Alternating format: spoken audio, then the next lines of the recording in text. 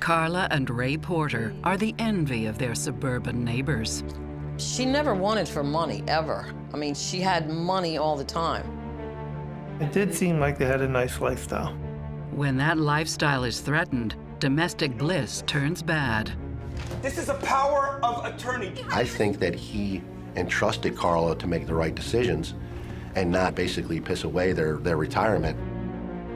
You're a liar, like your whole family. I gathered that they didn't get along all the time, and he certainly was not somebody who was going to back down. That's when the whole thing blew open. And when the two stand divided, one will fall.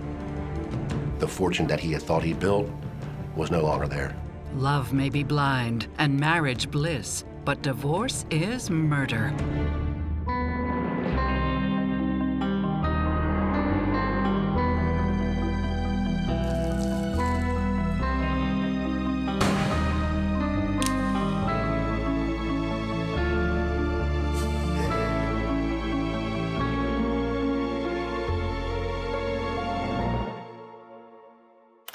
In the early 1990s, a nice young couple named Carla and Ray Porter have just bought their first home together in a pleasant suburban neighborhood 18 miles northeast of Baltimore.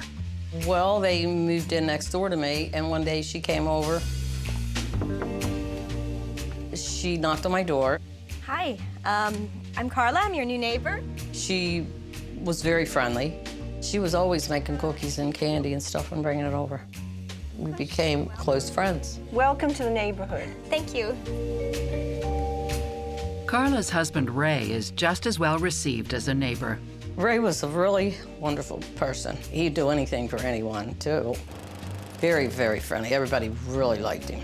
And he was very neat and meticulous about himself and his home. He wanted everything to be perfect. For a couple of years, Carla stays home to care for their young son, Kyle. And then, a few years later, their newborn daughter, Megan. The kids had everything anyone could want for, and they were very well taken care of and never needed anything or wanted for it. Ray had a successful remodeling business and had a couple of guys that worked for him. I would define him as if you looked in the dictionary and looked up a good guy, his picture would be beside it. Ray was just a good guy. Ray also owns several residential properties in the greater Baltimore area. He had at least 20 rental properties. It was good for him. He could fix them up. If anything went wrong, it was pretty much he knew what he was doing, and he could fix any problem that they had. He could pretty much fix anything. After 9 years of marriage, when the kids are old enough and Carla's ready to go back to work, Ray opens a gas station on East Joppa Road, just 4 miles from the house. I worked for a convenience store wholesaler, so we would sell them cigarettes, candy, juice, gum, and I would stop every Monday morning to see them, to see what they might need for that upcoming week. Morning, Ray. How you doing? Hey, good, thanks. The main thing that Carla did for a living was to work at the gas station. She spent a lot of hours there. Good morning, Carla. How are you? I got those checks for you. Oh, very good. It was Carla's responsibility to pay all the bills at the gas station, to keep their business rolls, accurate. Hey. Hey, It doesn't take long for the couple to fall into a routine. how's it going? Good. Ray would normally open the gas station at 5 a.m., and then Carla would come in about 6:45 or 7 o'clock and bring them breakfast, and they would have breakfast together. After breakfast, Ray leaves to attend to his other money-making ventures. Carla spends the morning at the station taking care of the books. Well, she worked from like 7 o'clock till 12:30 every day. And then they would have a part-time helper come in, and she would get to go home. It's a hell lot of 14-hour days. Back at home, Carla takes care of the administration of the rental properties, including processing checks from tenants.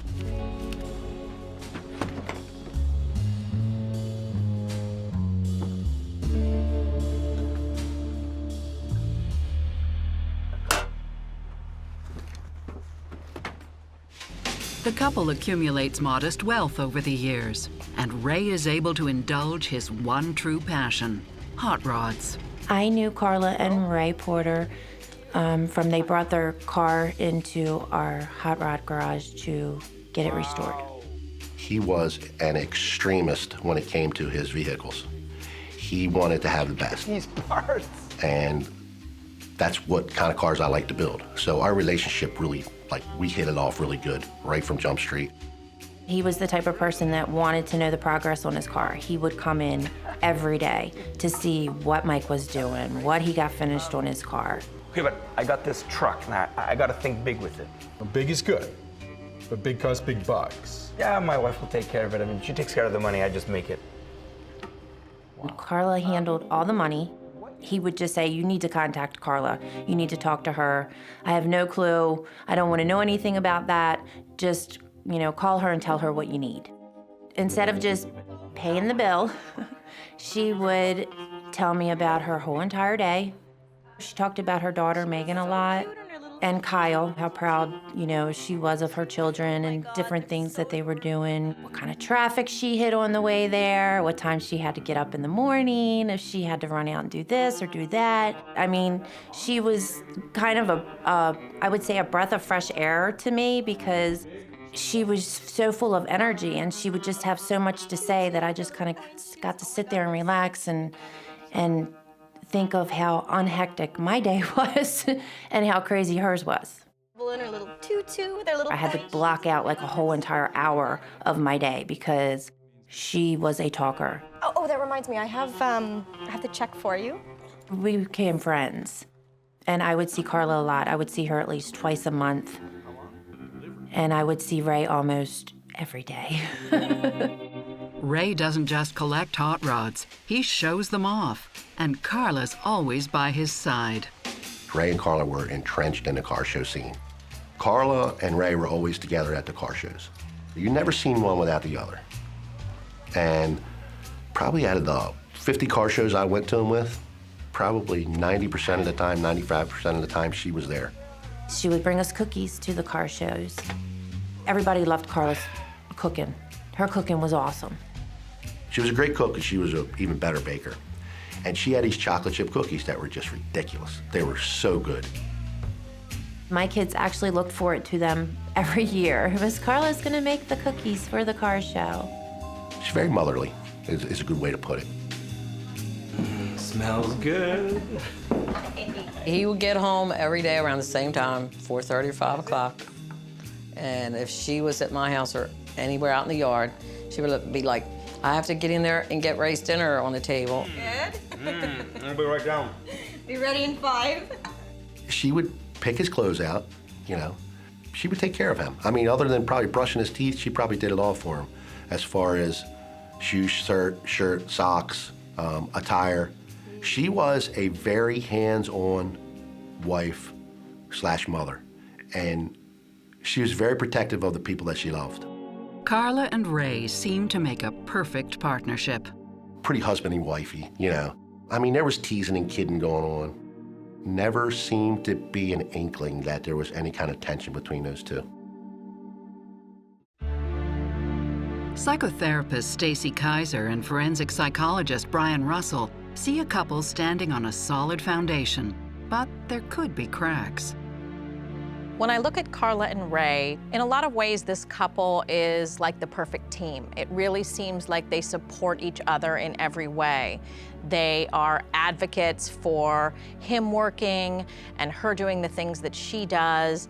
And that kind of support is something that everyone needs in a spouse. At the same time, though, 24/7, 365 is a lot of time to spend with anybody, even a spouse. When people look really perfect on the outside, I think the chances are usually higher that some of it is a facade. There really is no such thing as the perfect family. For Ray, it's Carla's relationship with her huge extended family that's less than perfect. She has 13 siblings and half-siblings, and she's particularly close to 2 sisters, a brother, and a nephew. There were a lot of kids in Carla's family, a lot of siblings. All of her sisters never had any money. They never had much of anything. She had more than any of them. Carla loves to spend time with them, but Ray, not so much. Ray never did talk about her family much, but I do remember him telling me one time they were white trash. In fact, Ray would like to create more distance between them. So I was looking at this place in Florida, like it's perfect for a collection, and the weather, it's summer. Take a look. He had purchased a truck, and it was an extremely rare truck, and he had mega plans for it. He had mentioned that this was his final build, that he wasn't going to be building anything else. She's a beauty. She will be after you get done with her. I'm retiring after this. That's my baby. Like, he was ready. He's ready to roll. He wanted to move to Florida. Ray was maybe getting a little tired, that I think they may have had enough money socked away that if they sold some apartments, they sold their gas station, they'd be pretty much set up for the rest of their life, and he wanted to move somewhere warmer. The problem is, Carla doesn't want to leave her family, but that won't stop Ray. He mentioned to me a couple times, I'll just leave her here.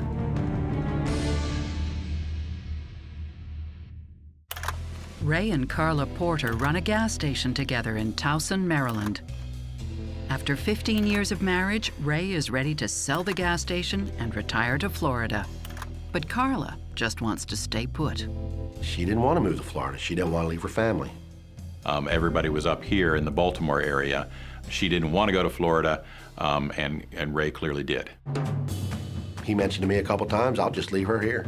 I think it was tongue-in-cheek, I don't think that he would have ever moved without her. They were partners. They were partners. Partners or not, Ray decides to set his retirement plan in motion and puts the gas station on the market. They were trying to sell the gas station. They constantly got calls on it, and sometimes the deals didn't go through.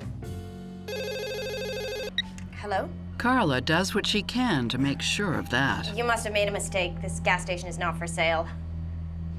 That's okay. Bye. This is the first time that we are actually seeing conflict between Carla and Ray. And if it's true that everything has really been harmonious between them, this is going to be a real problem for them because they don't know how to resolve conflict. I think we're seeing Carla and Ray wrestling with a problem that's actually quite common among the generation of Americans who are getting close to retirement, which is having some disagreement about how they're going to spend their golden years together. In any case, when one person is making decisions about the couple's future and assets, that's a problem. Carla and Ray are in a power struggle. And what happens when couples are in a power struggle is each of them wants to win. Either they're going to come together and figure out a way to win as a team, or they're going to break apart and try to beat each other independently. And with the team breaking apart, Carla's going rogue with the couple's finances. Ray wasn't looking over Carla's shoulder, and she certainly had access to all the books in the company, not just in the gas station, but in some of his other businesses as well. So if she wanted to do anything financial, it wasn't a problem. She forged his signature to a power of attorney, had it notarized by somebody, and then used that to sell one of the properties for a value that seemed to be much less than it was actually worth. Ray Porter had no idea that had happened. Carla confides in her neighbor, Betty. I understand that she was using her money for taking care of her sister, Bobby. Bobby has fallen seriously ill. She's immobile and lives in a hospice. The cost is staggeringly high. I really hope you're feeling better. She had talked about her sister being sick and being bedridden and stuff like that. She had to be under care like 24/7. Ray doesn't know the extent to which Carla's bankrolling her sister's care. I think that he thought that there was a certain amount of money being spent. I don't think he knew exactly what was being spent. He would make comments like, Josh, I'm supporting the whole goddamn family. He would say that, Still, Ray continues to rely on her financial judgment. I think that he entrusted Carla to make the right decisions and not basically piss away their retirement on, you know, on her family. Carla believes Ray is better left in the dark. When she approached me, first it was like, Betty, can you get my mail today? You know, I've noticed that Ray's been a little stressed lately, and I thought, you know, it might really help if he didn't see any of the bills and all the stuff that's coming in, because, you know, like, stuff's a little scary sometimes. All right, honey. Anything for you. And I said, yeah. Then all of a sudden, it became every day. And it got to the point where the mailman was leaving it at my house. She'd come by my house some days on the way home, check on her mail. She'd go through it and leave the rest there. I said, why am I getting your mail all this time? Why don't you want your husband to know it? And she said, I just don't. You don't know how he is. He'll get mad if he sees stuff that I bought. And if he sees the bills, he'll get mad at me about it. Hi. Thanks so much. Look, I got a little something for you. Betty goes along with this for one simple reason. She was very giving and always buying me something. Carla, honey, this is all too much. Look, you've been through so much trouble for me. It's the least I can do. It's like she couldn't do enough for me all the time. The general rule is, with the exception maybe of surprise birthday parties, you don't ever want to participate in one spouse's deception of the other. Betty is collecting the mail so that Ray doesn't see it, and she's doing it as a favor to Carla. But there's another component here. What is it about Carla that she seems to be able to convince someone to do something that's wrong, and what else is she capable of? Carla kicks it up an entire notch to a whole new level of deceit when she starts forging stuff. If that's true, then that's a crime. We have Ray plotting to sell the gas station and move to Florida. Doesn't matter what she thinks. And we have Carla building these bonds with her family, siphoning off the family money towards them, making sneaky decisions with her neighbor. When I look at this couple, I see this as a couple who's headed towards divorce. By 2008, the Porter's gas station is still up for sale, and there are signs Carla and Ray could really use the money. Sometimes she would pay in cash, but a lot of times she paid with a check. Hey, Michelle. What did you want to see me about? Carla, there's a problem. And I would get a call from the bank within a couple of days or a letter saying that the check had bounced.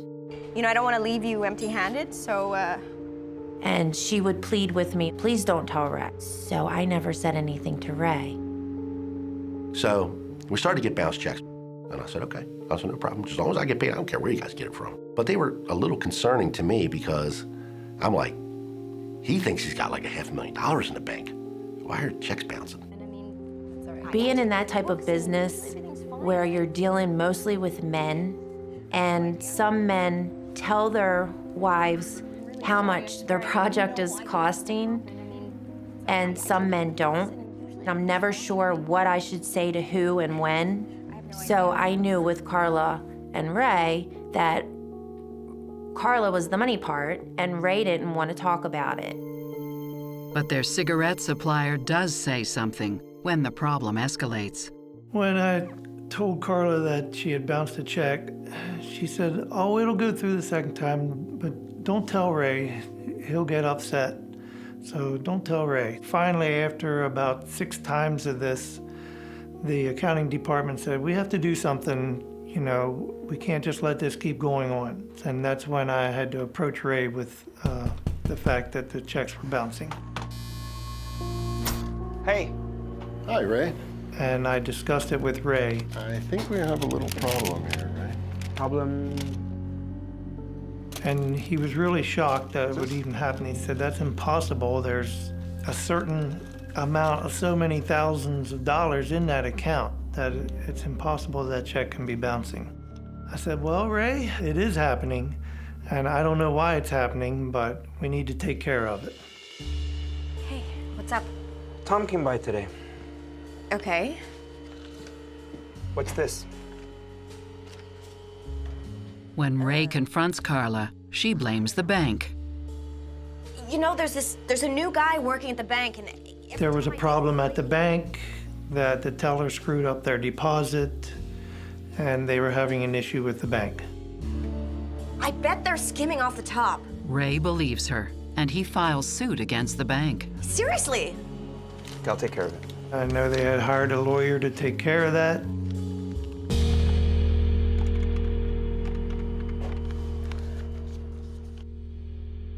By this time, Betty has been collecting Carla's mail for several years, and she decides enough is enough. My husband would say, there's got to be a reason she wants you getting her mail. And it was really getting to me, because some days I would have bags and bags of mail in my house. So I just stopped it. Hey. I can't do this anymore, Carla. You have to. You can't stop now. I need you. And I said, whatever, Carla, I don't want to get in trouble for anything, because that's government property, that's private stuff, and I shouldn't be doing this. She was very rude to me. She changed from night to day, just opposite what she was before. What about all the gifts I gave you? It's the end of the two women's friendship. In the coming weeks, Carla rushes home to try to grab the mail before her husband does. But it's only a matter of time before Ray beats her to the mailbox. That's when the whole thing blew open. The fortune that he had thought he built was no longer there.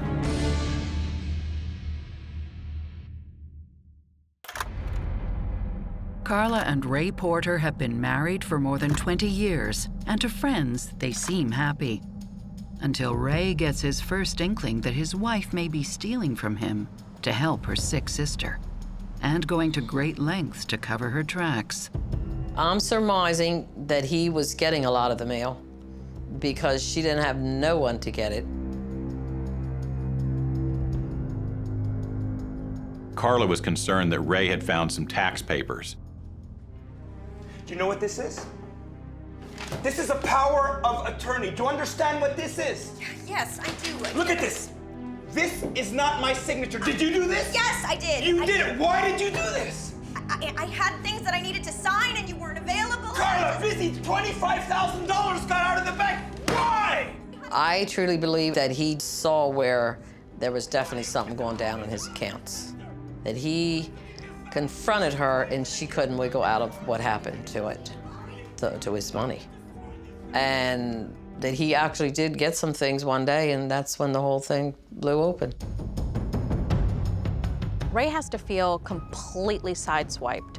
He didn't see this coming at all. He's gonna be in that state of mind where he's wondering, what else don't I know? What other secrets have there been? What else is she hiding from me? And that could put him in a state of panic.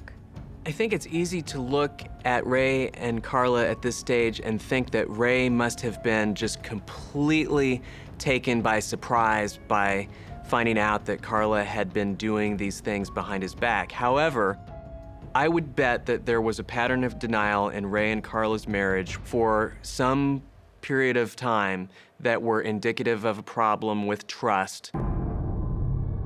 A deception like this could wreck any marriage. But one thing becomes apparent. Carla's trying harder than ever to keep her husband happy. We were at a car show, and on Saturday morning, Carla had showed up with Ray. She had brought one tin of cookie for everybody else, and then there was a smaller tin for Ray. No. Those are special for Ray. Here, have one of these. Those ones are soft and chewy. They're for old people. Clearly, this has all taken a toll on Ray. He's showing signs of strain. So the first inkling that there was anything wrong with him neurologically was he was actually driving in the city on a street that he drives every day of his life. He was actually going the opposite direction. Police see him, they pull him over. They say, what are you doing? He's lethargic. He doesn't even know where he's at. He doesn't know his name. He can't produce his driver's license. He can't do anything. Hi. I just took a wrong turn on Maple. I thought I was feeling a bit tired. So they put him in the hospital and they start to run all these tests and stuff on him to find out what's wrong with him. So he's in there for 2 weeks. They can't find anything wrong with him.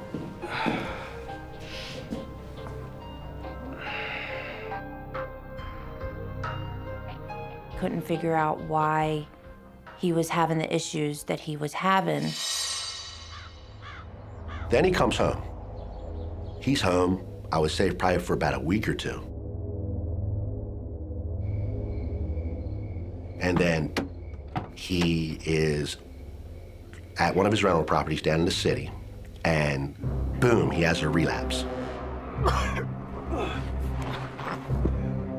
And the police call Carla. He's on the ground. Don't know how he got there.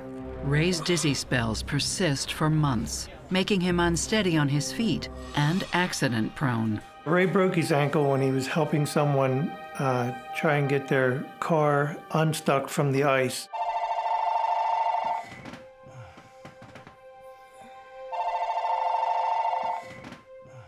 Dizzy and on crutches, Ray's in no mood to respond to a burglar alarm at the gas station in the dead of night. What? Ray, wake up. What? Somebody's robbing the gas station. What? Somebody's robbing the gas station. That was about 3 o'clock in the morning. Ray then responded to the gas station.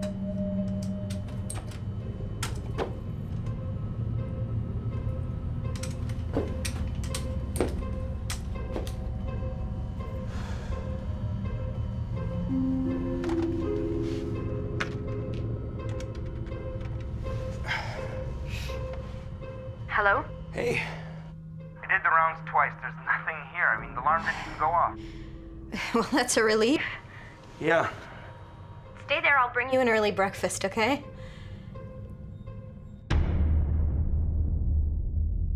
I got to the gas station approximately 6:25 the morning of March 1st, and Carla was already at the gas station, which seemed a little bit strange to me. She usually shows up 15, 20 minutes later.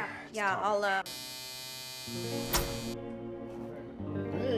During our conversation, Ray told me he'd been at the station since 3:30 that morning.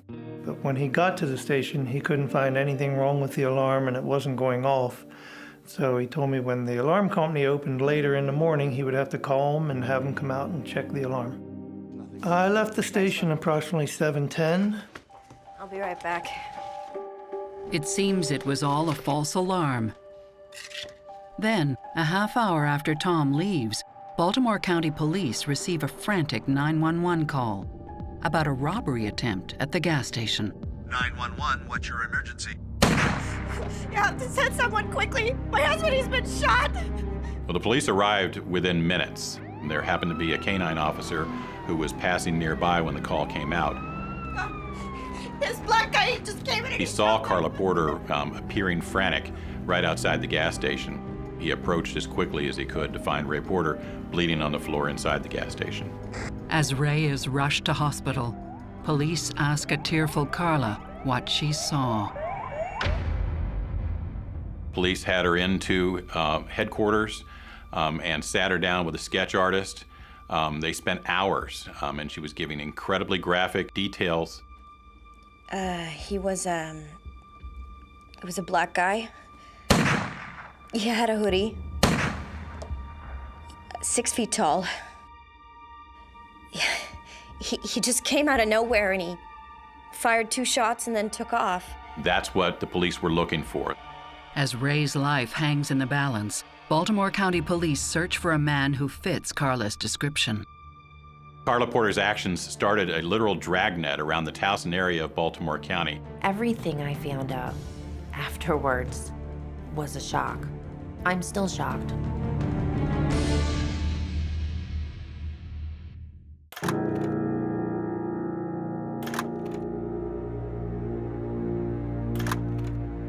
Ray Porter has been shot in cold blood. And Carla and Ray's friends and family are quick to rally in her time of need. We heard he was rushed to shock trauma, and a lot of the neighbors went. I mean, they were consoling her, and she was saying, he's dying. So I called Carla.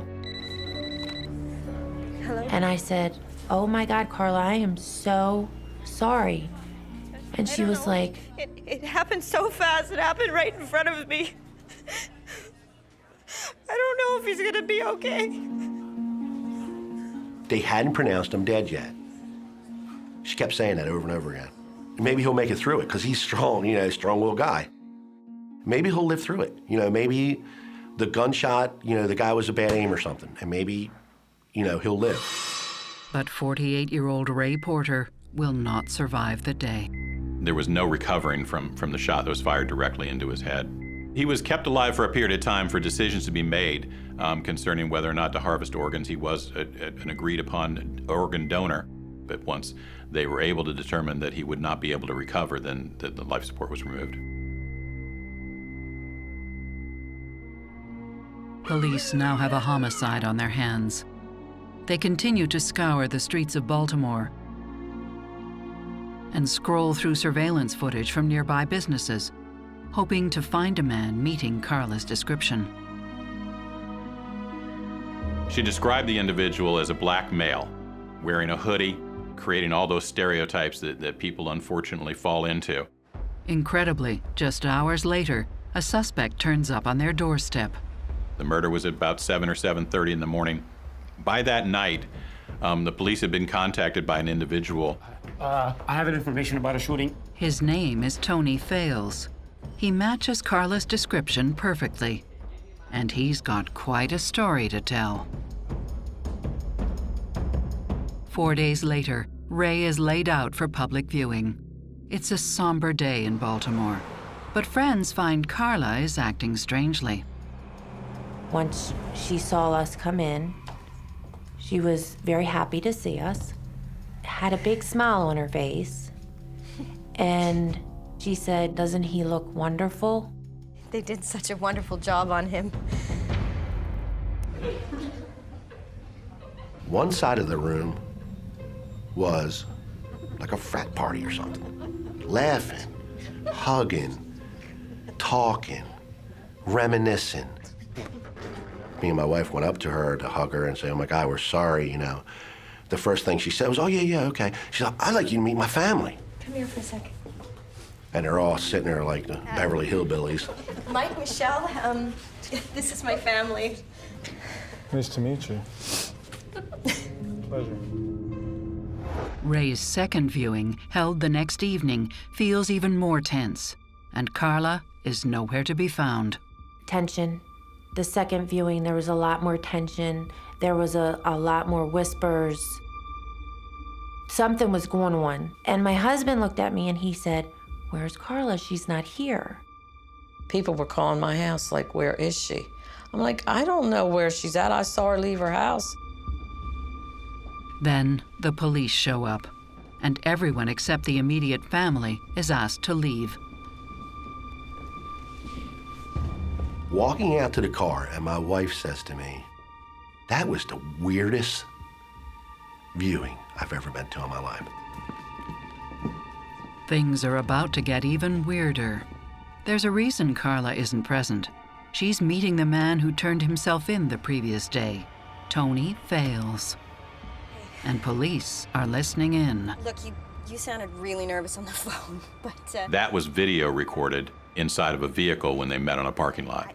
Tony Fales tells Carla that he needs cash. I'm really worried. I need to leave town. So, can you... He told her he was concerned that police would focus their attention on him. Carla tries to reassure him. I just want to assure you that the guy I was describing didn't look anything like you. She said that he shouldn't be worried about anything, that the description she gave wasn't like him at all, when in fact it certainly was. The police lie in wait, ready to swoop in. And it's not Tony Fales they want, it's Carla. It's almost immediately after that she got arrested. She was literally pulled over and then taken into custody and taken back to headquarters. That's when me and my husband and other people started putting two and two together.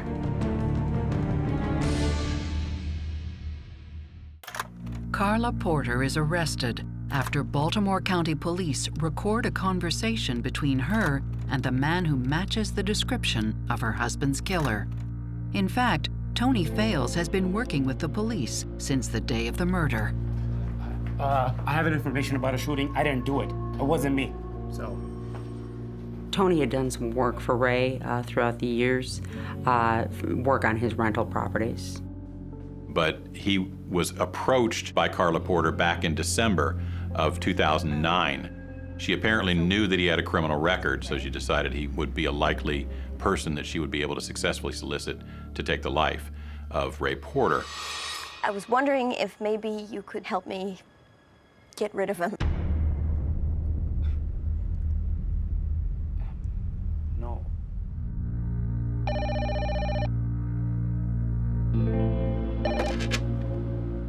She hounded him for over a month after that, constantly calling, either asking if he'd be willing to do it or if he could find somebody else that could kill Ray. No deal.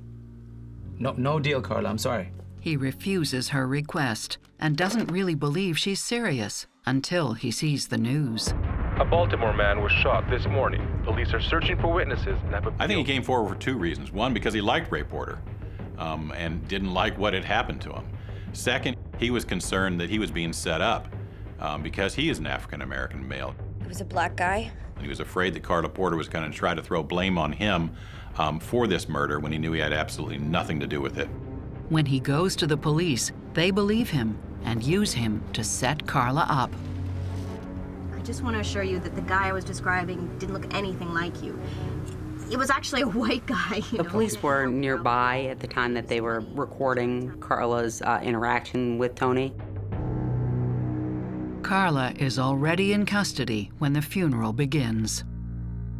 I get a phone call from one of the guys that works at the shop, and he says, they arrested Carla and charged her with Ray's murder. Yeah, they set her up in between the viewings and a sting, and they got her. They locked her ass up. She's not here. Well, everybody in the neighborhood knew something was going on over there. That's when all the police and detectives were over there. That's when me and my husband and other people started putting two and two together. And sure enough, that was it. They already had her locked up and didn't tell no one. I had a text message from the customer who was considering buying Ray's store that Carla was arrested for murder. And I was just like dumbfounded. I was shocked. I would like to say everything I found out afterwards was a shock. I'm still shocked. I think in Carla's arrest, we are finally seeing the magnitude of that rift in her character that started to show up all the way back when she was forging things, when she was willing to throw a bank teller under the bus for her own financial mismanagement and fraud, really, with the couple's marital assets. Everything is now finally starting to add up. And so to me, this is just sort of the culmination of, aha, she has finally done the biggest thing that she could have ever done, which is get rid of her husband for her own gain. It's really no surprise that multiple people were shocked by what had happened when they found out that Carla had been arrested. We see that all the time with people saying, oh, that serial killer was such a nice person. And I think what it just indicates is how little we really know about each other. So if Fales didn't pull the trigger, who did? Once it's established that Carla called in the hit, police look closer to home and the people that Ray hated the most, Carla's family. Carla was assisted by a number of family members. With Carla in custody, police start to identify the other co-conspirators one by one. Her sister, Susan Data, was the individual who provided to Carla the gun that was used in the murder. The actual shooter was Walter Bishop, a friend of Carla's nephew. Carla Porter offered Walter Bishop $9,000 in order to take the life of Ray Porter. At 3 a.m. that night, Carla uses her cell phone to call their home line. Hello? So she woke him up and said, What? "The alarm's going off at the gas station. We need to get there." Ray takes the bait. The plan had been that the killing would be quite early in the morning. That didn't quite work out as originally planned. But there's a problem. Walter's car won't start. So Carla's brother Calvin picks him up, along with the lookout, Matthew Brown. The car just broke down, okay? You've got to be kidding me. You've got to get there today. Just make it work. Hours later than planned, this hapless trio makes it to the gas station. Her brother was who drove the killer to the scene. Walter lurks nearby and waits. Had some of the early morning activities at the gas station, so they had to wait for him to come and go. I'll be right back. And basically the killer walked up around the side door. She let him in. Ray turned and looked towards him. That's when Ray Porter realized what was going on. Carla! Boom! Shot him. I mean, like, right in the forehead. And one of the sad ironies to this is he tried to step in between Walter Bishop and Carla Porter in order to try to protect her from an individual he thought was actually robbing them. Faced with overwhelming evidence, the conspirators cave one by one. The police did a phenomenal job of basically swooping down on everybody that they knew of at the time and placing them into custody. We had confessions from all of the co-defendants, and that's something that when you're dealing with that number of people is awfully surprising. Life sentences are doled out to hitman Walter Bishop, sister Susan Datta, nephew Seamus Coyle, brother Calvin Mowers, and lookout Matthew Philip Brown. Now it's Carla's turn, and her defense is simple. That she had to do this in order to protect her own life. When Carla stands trial in 2013, she claims she was defending herself from an abusive husband. As soon as Carla made the claim that she had been the victim of domestic violence, as a prosecutor, you're concerned about how a jury's going to take that. Because jurors recognize that domestic violence happens behind closed doors and that there are very seldom witnesses to it. Carla's stories of abuse are lurid and unbelievable. She came up with the most offensive things that she could even think of. It was like she had watched a bad Lifetime movie. You're a liar! A number of occasions in which she alleges that she was physically and seriously abused, which would give you the impression that Ray Porter was the most evil man on the face of the earth. It was very interesting to see the way that she spun these stories, because she actually made it sound like there were witnesses to at least parts of the abuse. And we went and found all of those people and had each one of them tell us and tell the jury that those allegations are just simply not true. Carla's real motives are clear. She bankrolled her siblings for years and racked up shopping debts buying luxuries and friends.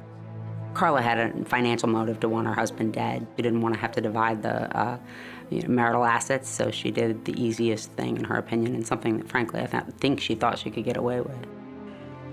Okay. He was getting ready to discover a secret she'd been keeping for a long time, and he wasn't going to be happy about it.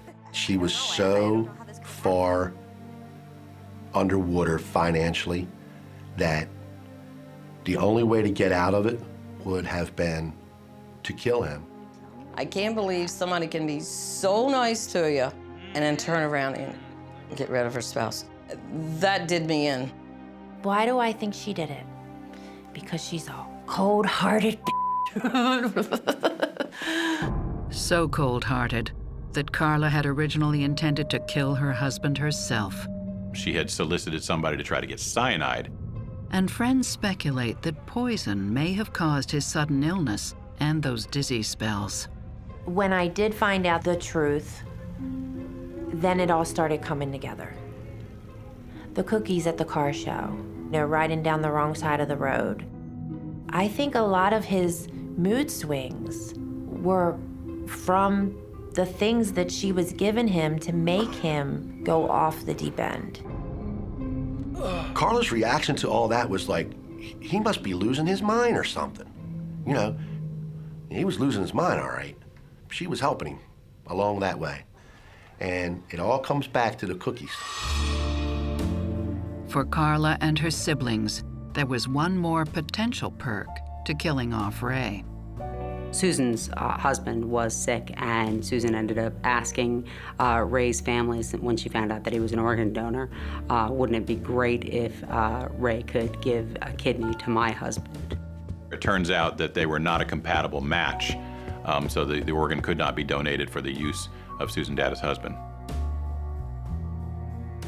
Ray had concerns about Carla's family all along, going all the way back to the beginning. And look, he was right.